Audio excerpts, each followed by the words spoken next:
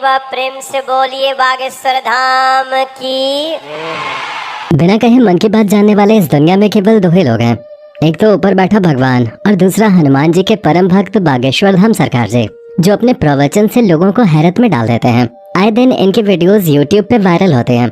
कभी ये लोगों के झूठ को सामने लाते हैं तो कभी उनके अंदर समाये हुए भूतों को भगाते हुए नजर आते हैं। हर कोई इनके चमत्कार को देखकर हैरान है और अब तो मनोज तिवारी से लेकर अमिताभ बच्चन यहाँ तक कि नरेंद्र मोदी जी भी इनके फैन हैं। और तो और कहा जाता है कि बागेश्वर सरकार का एक अदृश्य सेनापति है जो भूतों को भगाने में इनकी मदद करता है।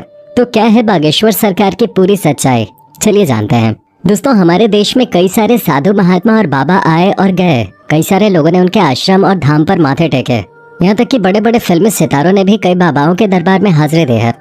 लेकिन इस समय जो प्रसिद्धि बागेश्वर महाराज जी को मिल रही है वो आज तक कभी किसी को नहीं मिले। लंबे बालों वाले, माथे पर चंदन और अक्सर सिर पे पगड़ी बांधे नजर आने वाले बागेश्वर धाम सरकार की बात ही कुछ और है।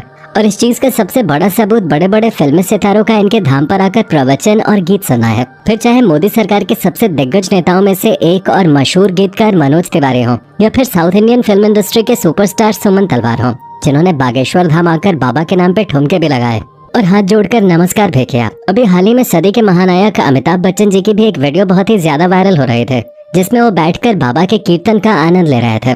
पर दोस्तों, ये सब कुछ एक रात का चमत्कार नहीं है, बल्कि इसके पीछे एक ऐसे बच्चे की कहानी छुपी हुई है जिसके संघर्षों के बारे में जानकर आपके भी होश उड़ जाएंगे। क्योंकि सोशल मीडिया पे एक बार अगर कोई वायरल हो जाता है तो उसकी जिंदगी बदल जाती है। लेकिन बागेश्वर धाम सरकार तो हर हफ्ते वायरल होते हैं, उनकी वीडियोस ट्रेंडिंग पे जाते हैं और लोग अपना सारा काम धाम छोड़कर इनकी बातें सुनते रहते हैं। हजारों की संख्या में लोग अपनी मनोकामनाओं को पूरा करवाने और अपनी तकलीफों को दूर भगाने के लिए बागेश्वर धाम दर्शन के लिए पहुंच जाते हैं। और ये सब कुछ मुमकिन हो पाया है बागेश्वर धाम जी के चमत्कारों की वजह से। कहा जाता है कि स्वयं हनुमान जी की कृपा बागेश्वर बाबा के ऊपर बनी हुई है और उन्हीं की असीम शक्तियां हैं, जिनकी सहायता से बागेश्वर धाम सरकार किसी के भी मन की बात को जान लेते हैं और उसके बताने से पहले ही कागज पे उसकी समस्याएं लिख देते हैं, जिसके कई सारे प्रमाण अपने वीडियोस के जरिए देखे होंगे।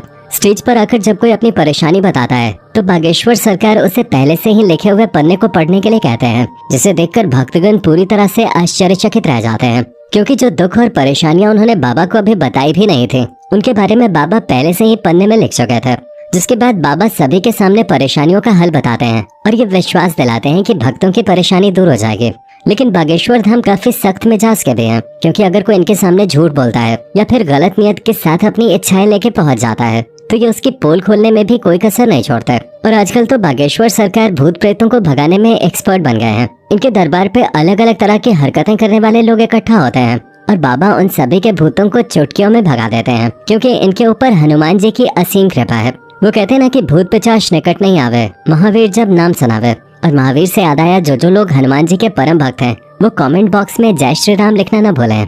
हनुमान जी के परम भक्त बागेश्वर सरकार जी का असली नाम पंडित धीरेन्द्र कृष्ण शास्त्री है, लेकिन लोग इन्हें बागेश्वर धाम वाले महाराज या फिर बागेश्वर सरकार के तौर पे जानते हैं। पंडित धीरेन्द्र कृष्ण शास्त्री का जन्म 4 जुलाई 1996 को मध्य प्रदेश के छतरपुर जिले में छोटे से गांव गढ़ा में हुआ था। ये एक बहुत ही गरीब पंडित परिवार से ताल्लुक रखते हैं। बागेश्वर सरकार अपने एक इंटरव्यू के दौरान बताते हैं कि जब वो मात्र 9 साल के थे तब उनका मन बालाजी महाराज की सेवा में लग गया था। इन्हें हनुमान जी की भक्ति और उनके प्रेम के सिवा और कुछ भी नजर नहीं आता था। बागेश्वर महाराज का कहना है कि हनुमान जी की भक्ति और उनकी कड़ी साधना का ही परिणाम है कि उन्हें ऐसी सिद्धियां प्राप्त हुई हैं जिनकी वजह से वो लोगों की सहायता कर पाते हैं। असल में धीरेन्द्र शास्त्री ने अपनी शुरुआती शिक्षा अपने दादाजी के साथ रहकर प्राप्त की। कहा जाता है कि इनके दादाजी भी अपने समय के बहुत बड़े विद्वान शास्त्री हुआ करते थे और उन्हें भी दिव्य शक्तियां प्राप्त थी। इनके दादाजी भी दिव्य दरबार लगाकर लोगों की समस्याओं का हल करते थे। तभी से धीरेन्द्र शास्त्री ने अपने दादाजी को अपना गुरु मान लिया और उनसे ही सारी चीजें सीखने लगे। दादाजी के साथ रह के ही इन्होंने रामायण और गीता जैसे धार्मिक ग्रंथों का अध्ययन किया। लेकिन अगर प्रारंभिक शिक्षा की बात की जाए तो बागेश्वर सरकार ने अपने गांव से ही 8वीं की पढ़ाई पूरी की और फिर उसके बाद अपनी आगे की पढ़ाई करने के लिए इन्हें गांव से करीब 6 किलोमीटर दूर जाना पड़ता था, क्योंकि गांव में हाई स्कूल नहीं था और केवल 8वीं तक की पढ़ाई की सुविधा थी। इसी तरह घर से चलकर इन्होंने स्कूल तक का सफर तय किया और अपनी 12वीं की परीक्षा दी। 12वीं करने के बाद धीरेन्द्र शास्त्री ने बैचलर ऑफ आर्ट्स में अपना ग्रेजुएशन भी पूरा किया। यानी कि हनुमान जी की असीम कृपा के साथ साथ बागेश्वर सरकार के पास डिग्रियां भी हैं। परंतु अपने ग्रेजुएशन के दिनों से ही धीरेन्द्र कृष्ण अपने दादाजी की तरह बालाजी महाराज की सेवा करने में लग गए थे।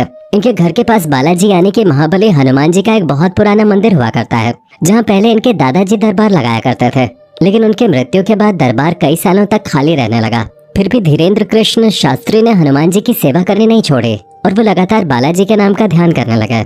लंबे समय तक ध्यान में लीन रहने के बाद धीरेन्द्र कृष्ण शास्त्री के ऊपर बालाजी और उनके स्वर्गीय दादाजी ने अपनी कृपा दिखाई और अचानक से ही उन्हें असीम शक्तियों का एहसास होने लगा।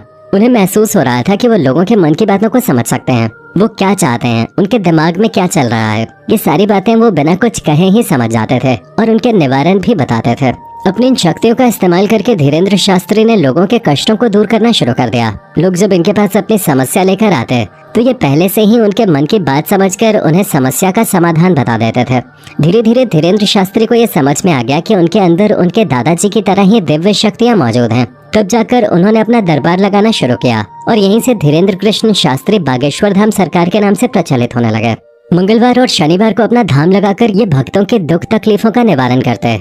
जिनकी अर्जी लगती थी उन्हें बागेश्वर धाम अपने पास बुलाते और उसकी समस्या को उसके बिना कुछ बोले ही सवाल और सवालों का हल एक पर्ची में लिख देते, जिससे लोगों का विश्वास बागेश्वर धाम के ऊपर और भी ज्यादा दृढ़ होने लगा।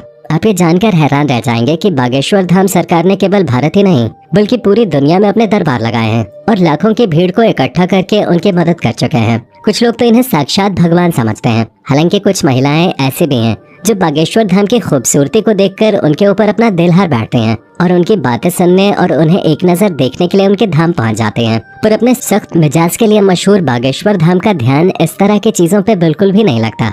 वो दरबार में आने वाले हर एक शख्स को अपने बच्चे की तरह मानते हैं और उसी प्रकार से उनसे बातें भी करते हैं।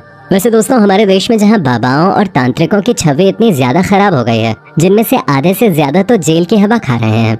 जैसे ही किसी बाबा के ऊपर विश्वास होता है, उसके काले कारनामों का चट्टा खुलने लगता है और लोग इन चीजों के ऊपर विश्वास करने से घबराने लगे हैं। इस माहौल में अगर कोई 26 वर्षीय शख्स अपनी दिव्य शक्तियों से लोगों को हैरान कर दे तो दुनिया के मन में सवाल तो उठेंगे और इन्हीं सवालों का जवाब ढूंढने के लिए कई सारे मीडिया कर्मी भी बाबा के दरबार में चोरी छुपके जा चुके हैं ताकि बागेश्वर धाम की सच्चाई जान सकें। पर इतने सारे स्टिंग ऑपरेशन करने के बावजूद भी कोई ये समझ नहीं पाया कि आखिर बागेश्वर सरकार लोगों के मन की बात को कहते हैं, क्योंकि कई सारे नए लोग जो दरबार में आए होते हैं उनकी अर्जी लग जाती है और जब वो बाबा के सामने जाते हैं तो उनके मन की सारी बातें बाबा पहले ही लिख चुके होते हैं। इस तरह की चीजें देखकर मीडिया कर्मी भी हक्के बक्के रह गए और लगातार बागेश्वर बाबा को लेकर जांच पड़ताल कर रहे हैं, लेकिन अभी तक उन्हें कोई भी ऐसी चीज प्राप्त नहीं हुई है जिसे लेकर वो बागेश्वर धाम सरकार के ऊपर किसी तरह का आरोप लगा सके। शायद इसीलिए बड़े बड़े नेता और अभिनेता बागेश्वर धाम के ऊपर विश्वास करने लगे हैं।